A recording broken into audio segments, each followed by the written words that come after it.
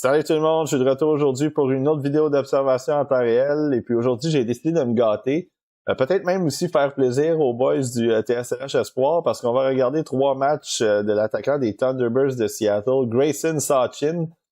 Je pense que si vous avez écouté notre podcast de mi-saison ou si vous l'avez regardé en vidéo, vous avez vu à quel point on a été élogieux à l'endroit de Sawchyn, puis même depuis le début de la saison.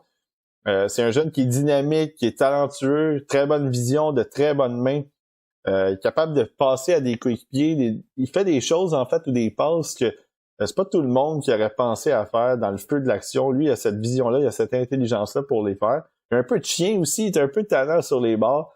Donc ça, je pense que si vous nous connaissez, on aime quand même ce genre de joueur-là. Puis Grayson Sawchyn, c'est un joueur probablement que vous allez entendre parler de lui encore une fois dans nos listes finale qu'on va sortir au mois de juin, puis aussi vous allez pouvoir lire sur lui dans notre guide assurément. On va tous écrire probablement sur lui. Mais pour revenir à ces matchs, on va regarder 3 matchs des séries éliminatoires de la WHL, donc c'est la deuxième ronde. C'est contre les Cougars de Prince George. Ça va être les matchs 1, 3 et 4. Puis la raison, dans le fond, pourquoi on regarde pas le match numéro 2, c'est que je l'ai vu au complet, donc ça sert à rien de revenir là-dessus. C'était des observations en temps réel, donc je veux voir les matchs que j'ai pas vus, puis je veux les regarder avec vous pour noter les jeux en même temps. Donc ça va être ces matchs-là, 1, 3 et 4. J'ai lu entre les branches que Sawchyn avait eu quand même 2 bons matchs dans les 2 derniers de la série. On va voir ce que ça va donner, mais donc c'est ça. Grayson Sawchyn, un joueur qu'on aime bien, puis si vous le découvrez ou si vous avez entendu parler de lui un peu, ou si même vous l'avez vu un petit peu quand il a joué au match des meilleurs espoirs, ben ça vous donne une autre occasion de surveiller son jeu, puis de peut-être essayer de comprendre pourquoi nous, on l'aime beaucoup au TSLH Espoir. Donc, on se laisse avec les 3 matchs de Grayson Sawchyn.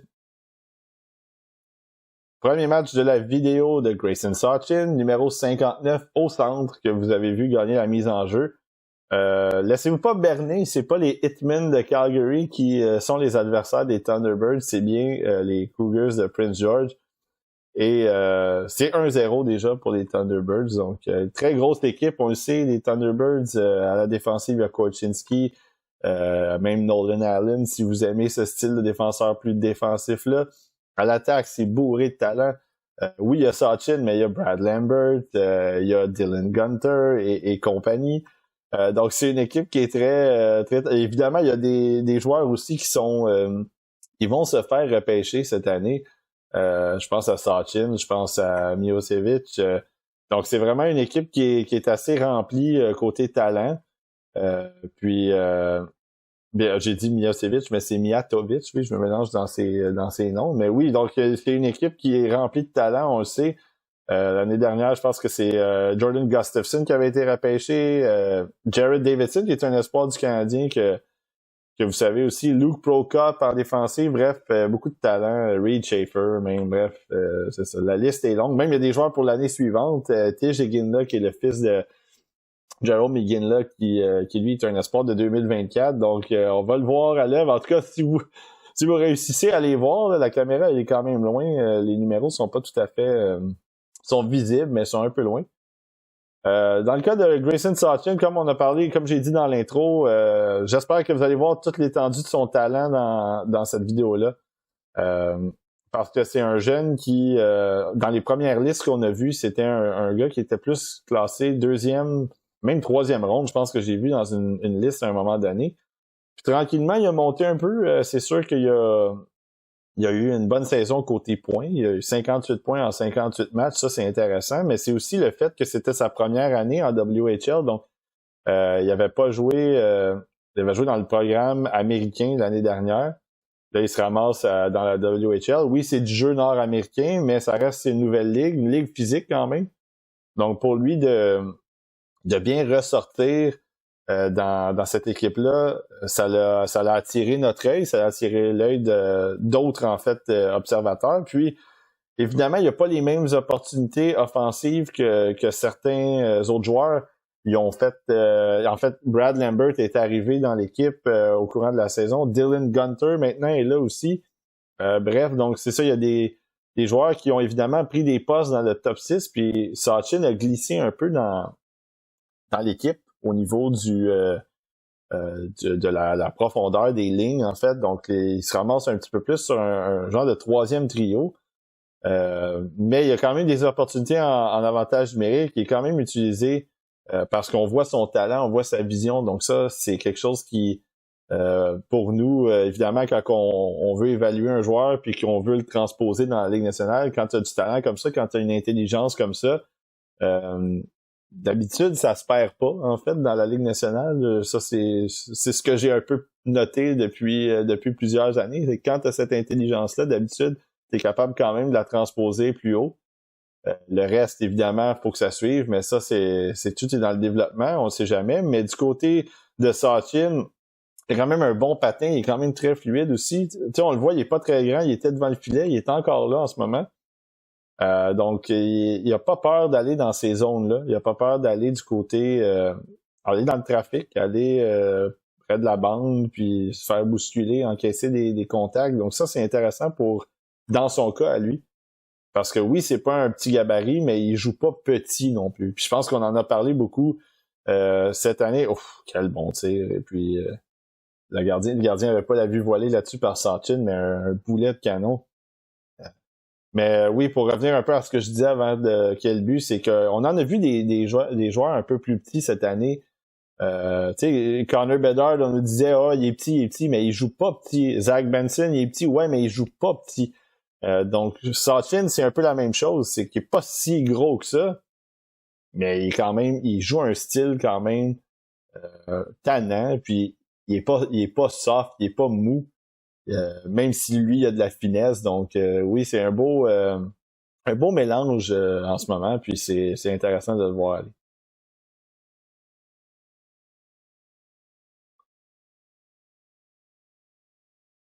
Un beau petit jeu là-dessus, la pression, la petite feinte, ça c'est bien. On vient de voir un peu ses mains là-dessus, réussi à se défaire d'un adversaire. Ah là voilà, là ça c'est ouais, là c'est ça là, il c'est un petit peu trop enflammé là avec ses mains. Je pensais qu'il aurait pu faire le tour, longer la ligne bleue. Mais oui, c'est ça c'est quelque chose aussi. Sachin, il aime son talent, quand même beaucoup de confiance en ses moyens. Le fait aussi qu'il soit un peu baveux, je pense que ça découle de ça aussi. C'est tellement de confiance en ses moyens que n'a pas nécessairement peur de qui que ce soit. Des fois, à son désavantage par moment, comme on vient de le voir là, mais plus régulièrement, plus souvent à son avantage. La petite passe qu'il vient de faire ici, il a attiré un défenseur encore devant le filet, donc ça, malheureusement, le jeu arrête. Donc c'est ça, vous avez vu devant le filet. On en voit, il y en a des. Souvent, on dit, ouais, ben, tu sais, on veut avoir une grosse présence devant le filet, un gros gabarit, tout ça, mais des fois aussi, c'est la capacité à faire dévier les tirs, mais aussi c'est la capacité à voiler la vue au bon moment. Donc, c'est pas nécessairement d'être gros, c'est de se déplacer de la bonne façon pour que le gardien puisse pas voir la rondelle. Donc, Sachin, évidemment, il a de très bonnes mains, donc il est capable de faire ça. Puis il s'en va récupérer quand même, capable d'aller récupérer des rondelles quand la rondelle, justement, elle est dans le coin.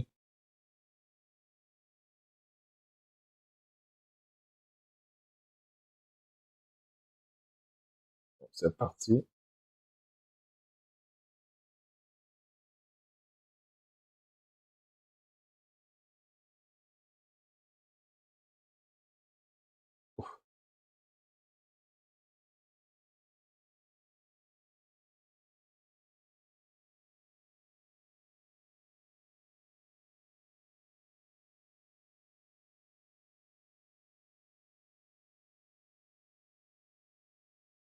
Donc, un avantage numérique encore. Vous voyez, Sachin était devant le filet. Il est prêt à se déplacer aussi pour se mettre le long de la ligne des buts.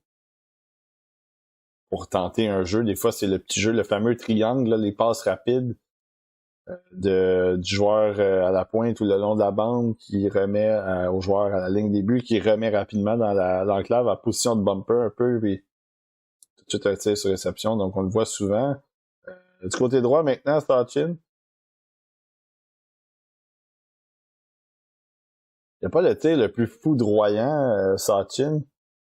Il y a quand même un bon lancer sec, mais c'est plus ses capacités de passeur qui est là.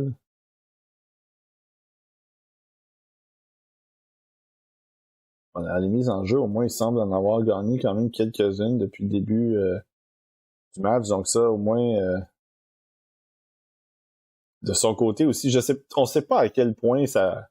En tout cas, moi, de mon côté, je sais pas à quel point ça peut devenir un joueur de centre en haut. Je pense que oui. Je pense il a toutes les qualités, capable de se replier, puis il est capable de jouer défensivement dans sa zone. Il perd pas nécessairement son homme, capable de bien suivre les changements de position, puis ça, c'est correct. Est-ce qu'il serait peut-être plus efficace à l'aile?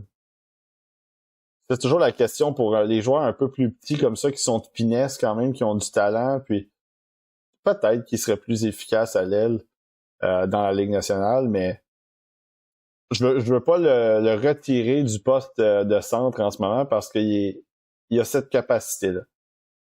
Ah, belle passe de l'autre côté. Je sais pas si c'était nécessairement à celui-là, je pense peut-être l'autre qui coupait au milieu, qui était la personne qui le visait, mais quand même la passe s'est quand même rendue de l'autre côté, donc ça c'est de son côté, ça a créé quand même l'occasion, il y a eu un bon lancer.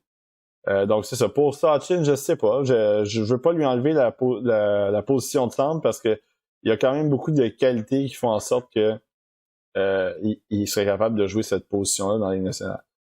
Peut-être que le niveau de points peut être un peu plus bas à cause de ça. On va voir, mais la projection que j'ai en ce moment de lui, c'est un gars de middle six, donc peut-être à l'aise sur un deuxième trio, peut-être plus centre de troisième trio, qui peut jouer aussi, peut dépanner sur un deuxième trio si possible. Est-ce que le deuxième trio, c'est peut-être ambitieux, je sais pas, mais dans son cas, est-ce qu'une cinquantaine de points, ça peut être intéressant dans la Ligue nationale? 45 points. Ça, c'est quelque chose qui... avec le style un peu tannant, aussi avec le style fougueux, ça peut ajouter une plus-value, un peu plus d'impact de ce côté-là. Donc, dans son cas, pour moi, c'est quand même un joueur que j'aime placer à ce rang-là. Je pense que on l'a pas regardé puis on le regardera pas cette année pour les raisons qu'on connaît concernant la JMQ. Mais Étienne Gauthier, c'en est un comme ça aussi. Donc, est-ce que ce joueur-là est peut-être un peu plus intense, un peu plus détail, mais les points sans nécessairement avoir une saison de 70 points, 80 points dans la Ligue nationale. Donc, peut-être dans ce range-là, c'est pour ça que Sachin est aussi dans ce range-là de mi-vingtaine pour moi. Ça se termine pour lui, son match, Sachin. Pas vraiment de choses à signaler dans ce match-là. Il a été utilisé en avantage numérique. Il a fait quelques petits jeux ici et là, mais très tranquille dans l'ensemble. Donc, c'est pas son match de l'année.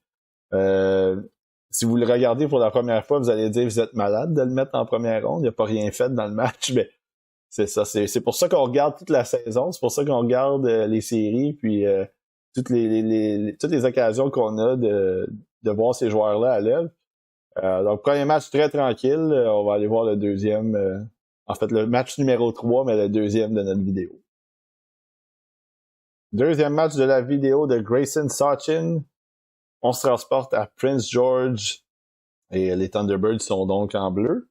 Les couleurs des Whalers des années 90 avant leur déménagement avec Brendan Shanahan et compagnie. Grayson Sachin qui est là, belle petite bataille le long de la bande numéro 59 qui a tenté de remettre de l'autre côté, récupère la rondelle. Donc ça, vous avez vu au moins la combativité là-dessus. On n'avait pas vu beaucoup de choses lors du premier match. Ça a été très tranquille. Il y a un peu de jeu sur avantage numérique. Mais là, déjà, on sent un peu plus de combativité. Il est allé appliquer une petite mise en échec. On l'a vu le long de la bande aussi. Travailler puis ressortir avec la rondelle. Donc ça, c'est des choses de Sachin qu'on a vu quand même cette année que dans le premier match, ça semblait un peu effacé. Mais on voit déjà, donc ça augure peut-être bien pour ce deuxième match-là, capable de venir en appui aux défenseurs là-dessus. Donc c'est sa première présence, c'est déjà quand même bien par rapport à ce qu'on a vu dans le premier match.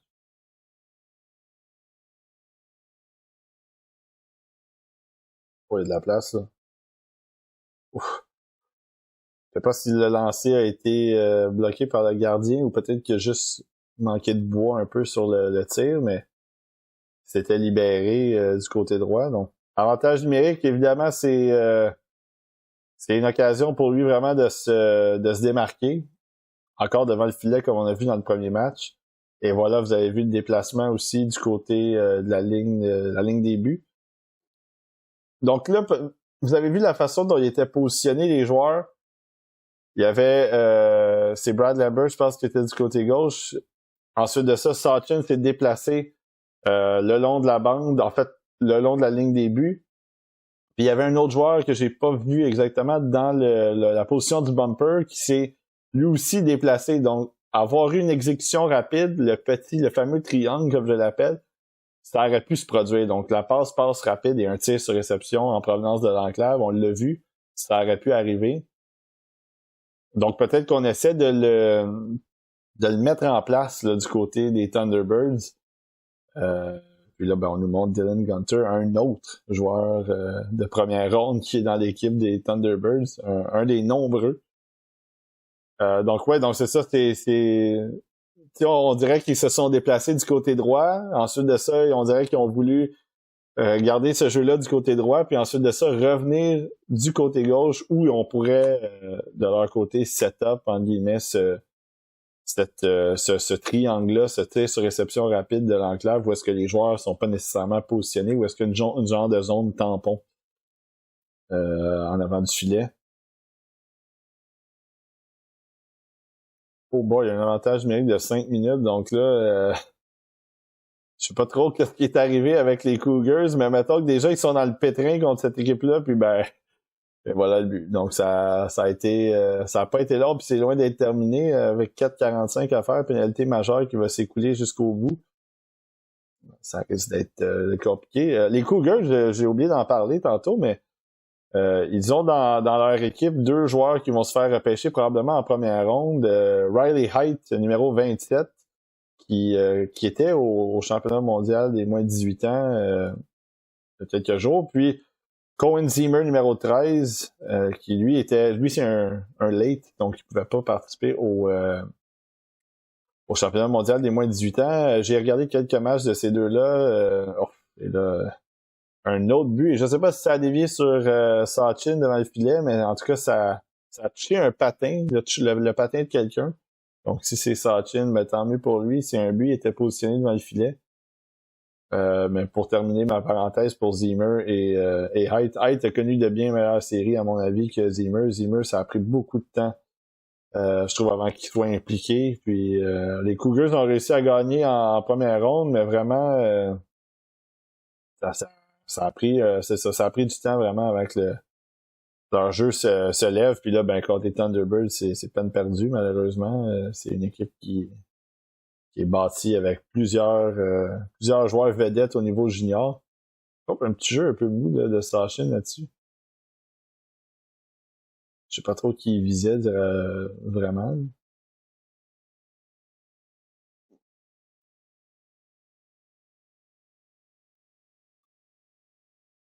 Oh. Ouf. C'est dommage qu'il ait perdu la rondelle là-dessus parce que ça en laisse donner un peu plus d'espace pour au moins décocher un lancer. Ça semblait être son intention. Ce qui est important de noter aussi dans le cas de Sachin, c'est qu'il s'est blessé pendant la saison, à la fin de la saison, puis il est revenu au jeu pendant la première ronde des séries. Donc, il y a un petit synchronisme aussi à retrouver, en guillemets. Puis dans son cas, peut-être que c'est ça, on l'a vu dans le premier match, peut-être que ça a été un peu plus compliqué. Ça faisait peut-être 2 ou 3 matchs qu'il était revenu au jeu. Donc, il y a peut-être encore ce synchronisme-là, ce retour au jeu qui lui cause un petit problème de temps en temps pendant les matchs. Évidemment, c'est la première ronde des séries, là, c'est la deuxième. Donc, tu as le temps un peu de te mettre en place parce que les Thunderbirds, c'est une des équipes favorites. Donc, nécessairement, on s'attend à ce qu'ils passent au moins les 2 premières rondes. Là, en plus de ça, là, en ce moment, ils vont jouer contre les Blazers de Kamloops. Donc, ça aussi, c'est une équipe qui est parmi les favorites dans la WHL. une équipe qui va accueillir la Coupe Memorial, le tournoi de la Coupe Memorial en plus, donc sont bâtis pour se rendre loin. Sachin encore rapide pour prendre le retour là-dessus. Et vous voyez, les passes rapides, c'était pas tout à fait le triangle vers le haut de la zone cette fois-là. En fait, le bas de la zone, mais ça a été un peu plus haut cette fois-là, mais le résultat reste le même. Il y a eu un tir rapide qui a été bien stoppé par le gardien.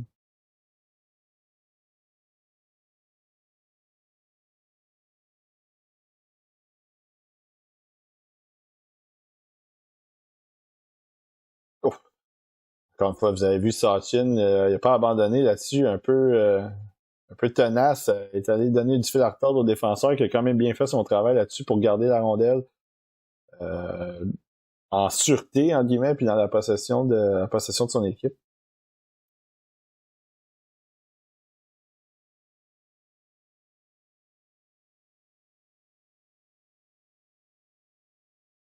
Ah, là, il aurait fallu que ça sorte, par exemple. Ah, il a pris le défenseur, il regardait pas. Ouf.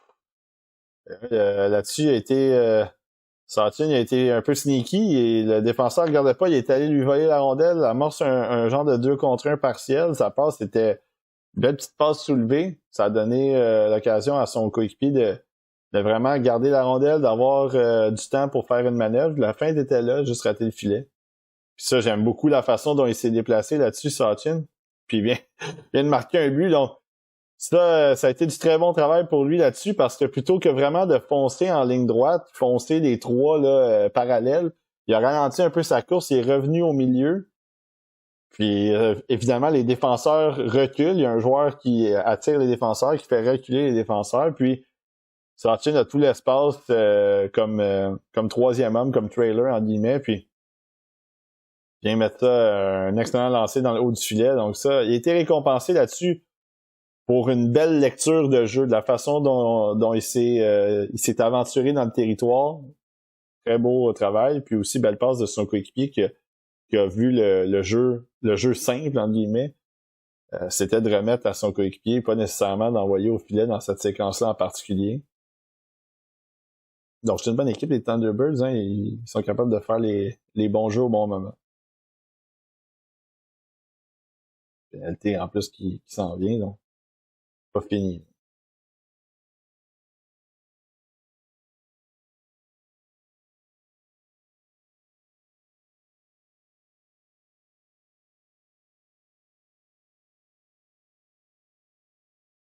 Oh, quelle belle... Ouf.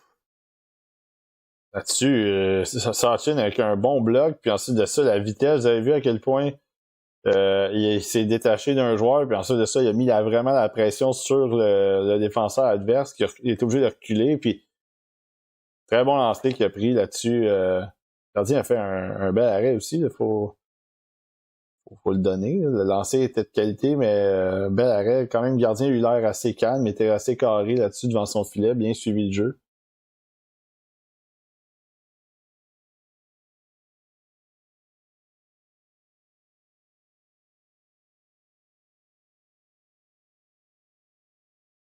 Oups. Ouais, exact. Encore une fois, cette fois, c'était Sachin qui a vu qu'il y avait un troisième, il y avait un troisième homme qui était là. Ben, en fait, c'était un quatrième homme dans ce cas-là, mais il y avait une zone tampon, encore une fois, où ce joueur-là qui s'en venait pouvait accepter une passe, puis pouvait avancer sans nécessairement que les défenseurs soient près de lui. Puis il a décoché son lancer. Donc cette fois-là, pour Sachin, c'était un peu trop cute là-dessus. Là, il est complètement sorti du jeu. Milic qui vient de le sauver. J'espère qu'il va lui payer un petit Sunday à la fin, après le match, parce que quelle mollesse là-dessus, par exemple, de Sachin. Petite feinte cheeky, là, c'est une feinte inutile dans le centre, puis ensuite de ça, une passe molle. Puis son repli a été assez épouvantable aussi. Il a complètement abandonné sur le jeu. Ouais, ça va arriver aussi dans son cas. C'est pas parfait non plus, donc au moins on le voit, on l'a vu à quel point qu'il y a des belles habiletés, des choses intéressantes, mais aussi quand il y a des choses à noter qui donne des petits cheveux gris, ben il faut le dire. Puis ben là, celle-là, c'en était une. Ah, 8-1, c'est pas mal terminé, ça on le sait. Ça entraîne un peu de temps en désavantage numérique, donc ça au moins ça va nous donner l'occasion de le regarder dans cette phase du jeu-là.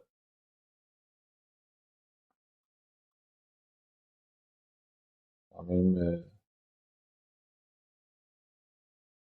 ouais, c'est ça, un petit peu plus agressif. Ouais, je trouvais qu'il était un petit peu dans un no man's land, mais ensuite de ça, il s'est ramené dans une bonne position. Ah, là-dessus, il est compliqué, il est allé juste effacer le joueur du jeu, puis bon travail. Donc, j'imagine qu'il est allé changer. Le match se termine, son match pour lui se termine à ce moment-là. Un match un petit peu plus intéressant dans son cas pour un peu plus de travail, surtout à l'attaque. On l'a vu aussi faire quelques manœuvres. Il a marqué un très beau but. Quelques petites erreurs. Encore une fois, je reviens sur la feinte qu'il a faite, puis ensuite de ça, la perte de rondelle inutile en milieu en zone neutre. Mais dans l'ensemble, ça a été un meilleur match, plus parce qu'il a été un peu plus impliqué. Donc peut-être que le fait aussi de jouer à domicile, peut-être qu'il a été un peu mieux utilisé que ses trios, peut-être qu'il était un peu plus matché à Prince George. Deuxième match, ben, je me souviens du deuxième match qu'on n'a pas regardé où ça avait été aussi tranquille pour lui, donc un peu plus d'implication dans son jeu. Évidemment, à 8-1, c'est un peu plus facile de ressortir du lot. Mais au moins, je trouve que dans l'ensemble, il a été plus visible. Surtout à l'attaque, il a créé un peu plus de choses. Puis on l'a vu travailler aussi en avantage numérique. Donc, dans son cas, ça n'a pas été un mauvais match. Puis on va regarder le troisième et le dernier. Le quatrième match de la série. Puis, spoiler alert, évidemment, les Thunderbirds ont gagné. Donc, un balayage de cette série-là. Donc, on va regarder qu'est-ce que ça donne.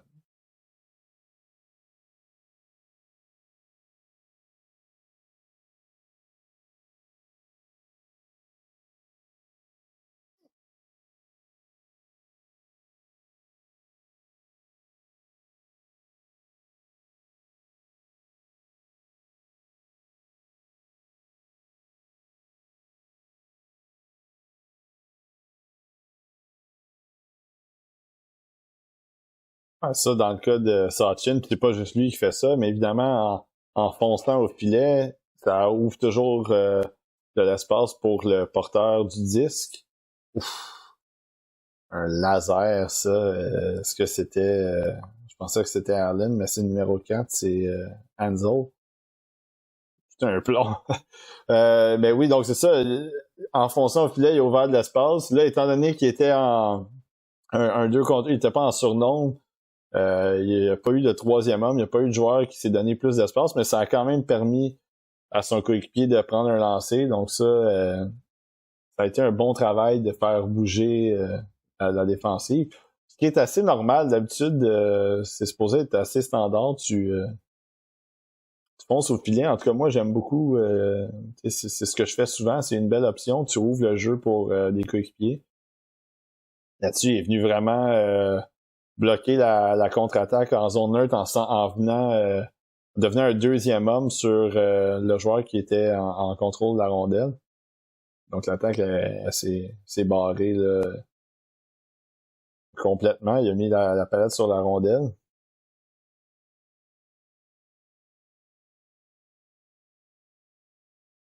Ouf, là, il a essayé encore une fois d'arriver un peu sneaky encore, mais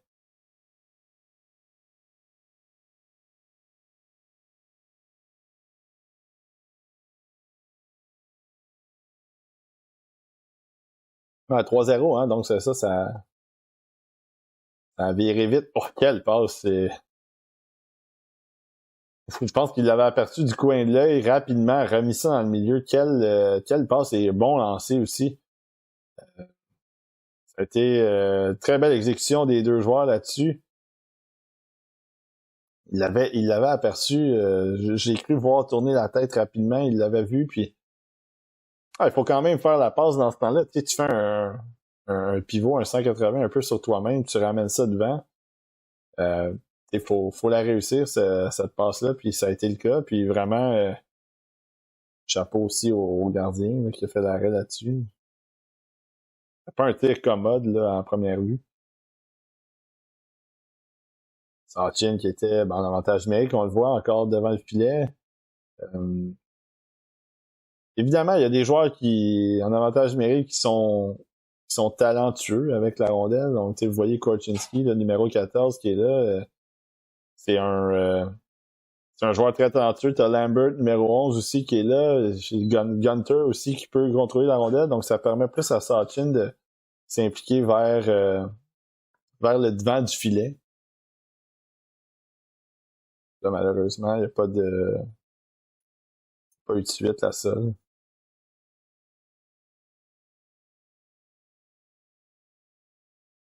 5-0 en deuxième période. Donc, ça ressemble un peu au match qu'on vient de voir. Ça avait fini 8-1. Ah, bon repli, ça. C'était Sachin, justement, qui s'est replié là-dessus.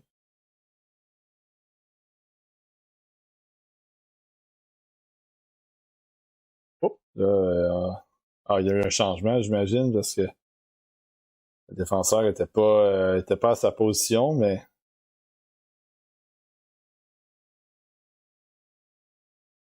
ouf.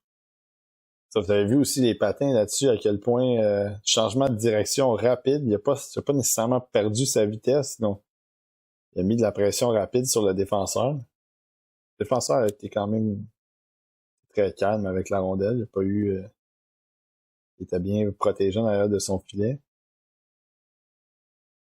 Ouf.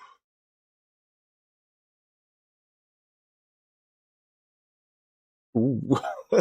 c'est Ouais, c'est à 5-1, tu peux te le permettre. Est-ce que c'est le jeu optimal? Je sais pas. Ah, puis Sachin là-dessus, par exemple, vous avez vu à quel point la petite patience, il a remis ça en arrière. Puis ensuite de ça, le beau tir-passe. Là, j'avais pas bien vu c'était qui encore. Je suis pas sûr si c'était le numéro 2, Nolan Allen, mais bref, ça a été un beau petit tir-passe qui a été dévié de très belle façon, puis ça mène à un but. Donc, beau travail de la part des Thunderbirds. Beau petit jeu aussi de Sachin après avoir fait un jeu quand même un peu douteux dans son territoire. Là, vous le voyez encore travailler devant le filet, ça encore la belle petite passe encore une fois. Quelqu'un qui est prêt à décocher, quelqu'un qui est bien positionné, qui niaise pas. Encore une fois, on tente ce jeu, le petit triangle, encore une fois, petite connexion à 3. Ça a été quel avantage numérique dévastateur quand même. Les Thunderbirds, vous le voyez, là, ça tournoie, c'est vraiment pas évident. Là. Ah, là, Sachin était un petit peu gourmand là-dessus. Là. Passe à travers 4 bâtons. Là.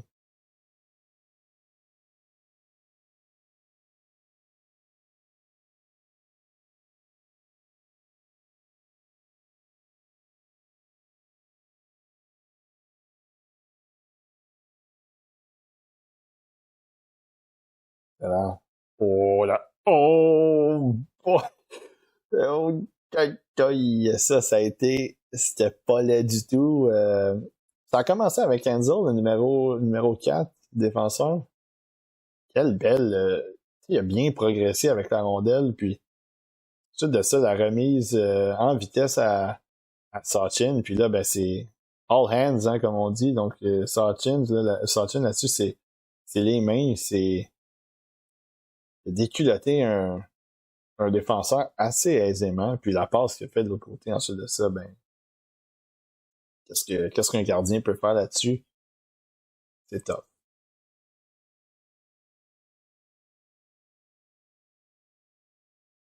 On a une petite présence en 4 contre 4 pour terminer le match.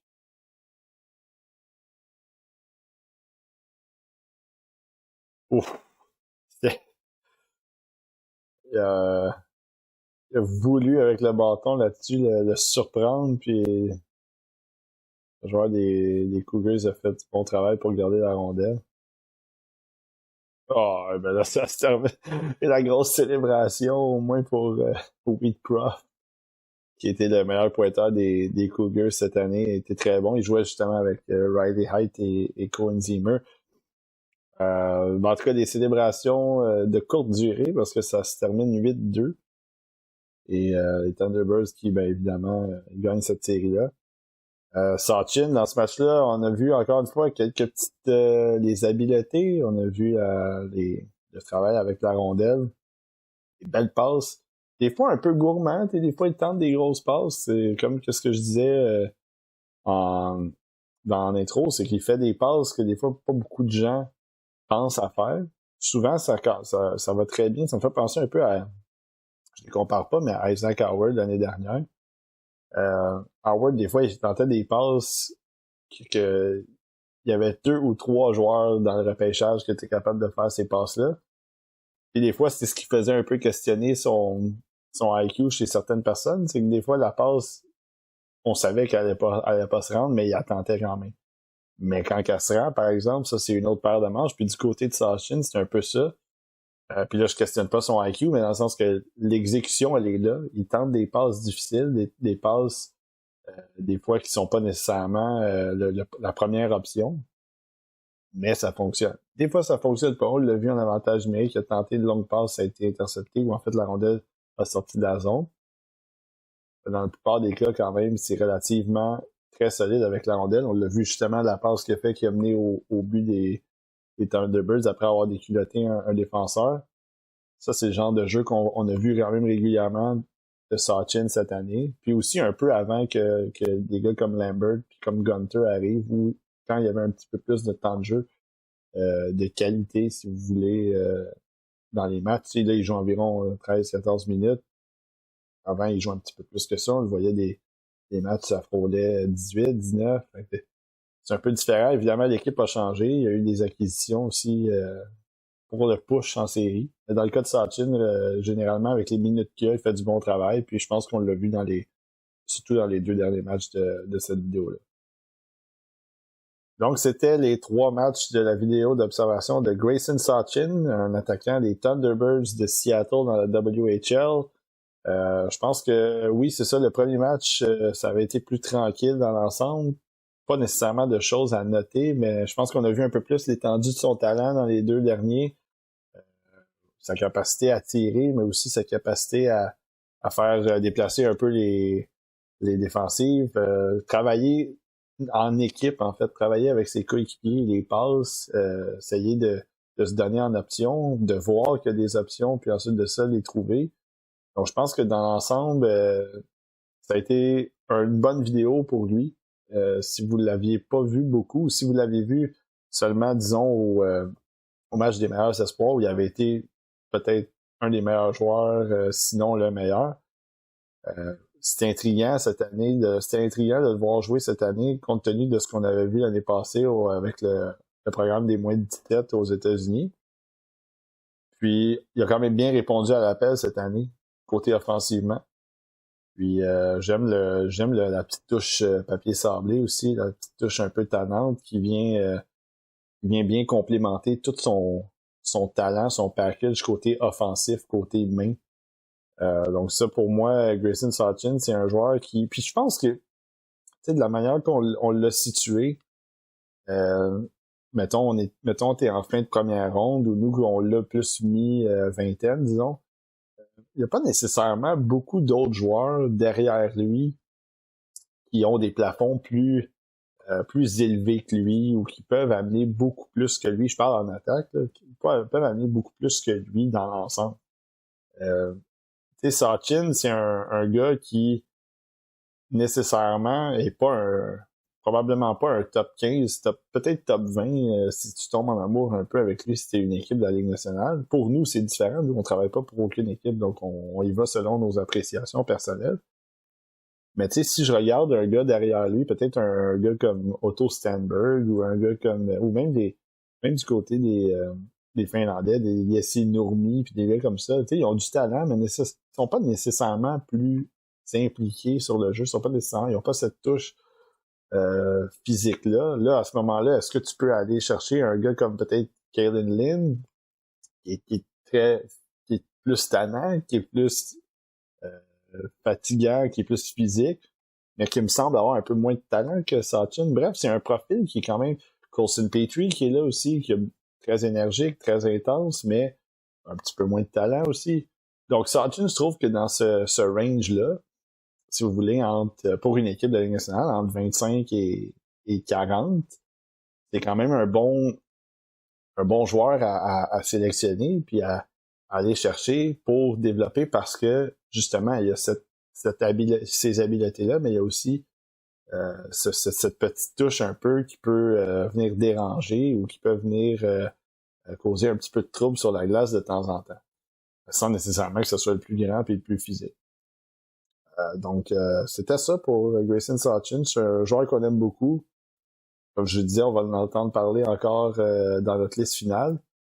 En attendant, ben là, je reviens avec ma vidéo principale que je voulais faire. Le prochain joueur, ça va être Axel Sandin Pellikka. Je pense qu'il a été très bon au U18. C'est un joueur qui a beaucoup de torque cette année. Il y a des gens qui l'ont dans le top 10. D'autres, bon, c'est un peu plus réticent. On va le surveiller. Donc, on a hâte de voir aussi peut-être David Reinbacher, qui va être au mondial senior de hockey. Ça aussi, c'est peut-être un gars que je vais pouvoir insérer là, avant vraiment que je range ma liste finale. Mais donc, d'ici là, ben, on se dit à la prochaine.